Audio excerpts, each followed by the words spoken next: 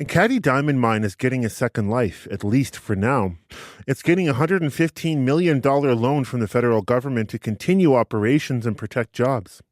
The loan comes through the Large Enterprise Tariff Loan Program, which provides support for workers and employers impacted by tariffs. Jeremy King is the CEO of Burgundy Diamond Mines, which owns Ekati. He said without the loan, they would be looking at bankruptcy. For more on this, I'm joined by Paul Zimnisky. He's an independent diamond industry analyst. He joins us now on the line from New York. Paul, good morning. Hey, Jared. How you doing? Good. Thank you so much for being here this Friday morning. Burgundy Diamond Mines has been in trouble financially for a while, even before the tariffs. How surprised were you to learn about the federal government's loaning them this money? Yeah, so maybe just to set the table here. So with regard to the larger diamond market, there are multiple factors at play here. The industry's been hit with a perfect storm. You know, the tariffs are only one of many issues. If the industry was only dealing with the tariffs, we probably wouldn't be having this conversation right now, but the industry's still dealing with what I would call a post-pandemic hangover, following record demand during the economic stimulus years. On top of that, the Chinese luxury market's been in a recession. Western sanctions on Russian diamonds has hindered the world's largest diamond producer, Alrosa, from contributing to the industry's joint marketing campaign. There continues to be relentless competition for man-made diamonds. De Beers is up for sale, so that's causing larger industry apprehension. I can go on, but you get the idea. Burgundy is not alone as far as struggles the diamond industry is dealing with right now. Yeah, so given how complex this industry is and the struggles they're facing, how much of an effect are the tariffs actually having?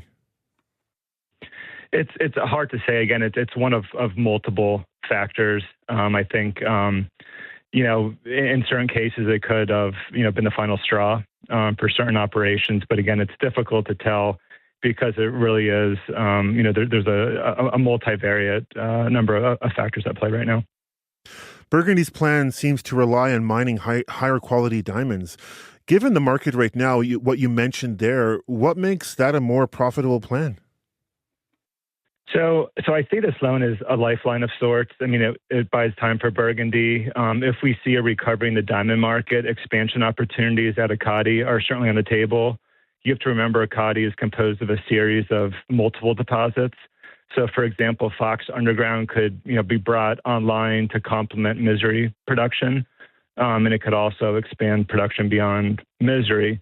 Of course, this will depend on economics, which the diamond market is one of those factors. But you have to remember, there's always operational risks. So, I mean, just a reminder, this is not an easy business. This is why diamonds are so expensive. It's not easy to get them out of the ground. And the CEO of Burgundy said the loan isn't a fix-all, and if diamond prices don't rebound, they might need more funding. I'm wondering how far you think this money will actually go. It's tough to say because you have so many moving factors, right? You have the input cost is a variable factor that's always moving. Diamond prices are always moving. What I would say is, right now there's a bifurcation in the diamond market. Large diamonds are actually doing quite well. But with smaller diamonds, there's definitely some real weakness. I would say Misery's production, which is the current operation, is probably more skewed towards smaller diamonds. But the Fox open pit, which would be the expansion option, that historically, or it would be Fox Underground, but the Fox open pit historically has produced rather high quality diamonds. So that could certainly help if it comes to that. Again, there's so many moving parts. It's really difficult to pin down exactly what it's going to look like at some point in time. Mm-hmm. Given what you know about Burgundy's finances and the diamond market more wholly, do you think they'll be able to pay back the loan? Again, it kind of all ties into what we were talking about. I guess it's important to acknowledge that usually mining gets more difficult and more expensive the older the mine gets. I mean, Ekati is definitely towards the end of its mine. You have to, either go deeper in a pit, you have to go underground, you have to produce from deposits that are maybe lower grade or, further from the processing plant. So, these are all factors that affects, the mine economics. I guess, the best case scenario would be that 2 of the 3 diamond mines in the Northwest Territories, Gaucho Clay and Ekati, would be in production through the end of the decade. And I think that would give the NWT, economy more time to to think about diversifying, to the next phase in the decades to come. Yeah, to think about life without diamond mines. Yeah. As you heard in the tape there, Burgundy says the longer-term plan would be underground exploitation at the Fox deposit, which would give a 12 to 14-year mine life. That's if the market conditions allow. How likely do you think this actually is?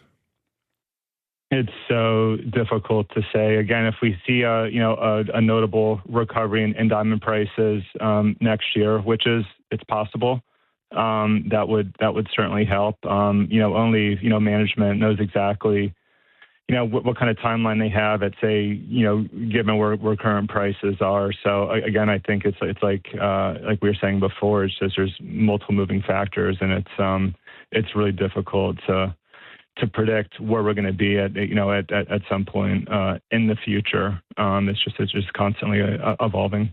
Yeah, for sure. Well, Paul, thank you so much for your perspective on this morning.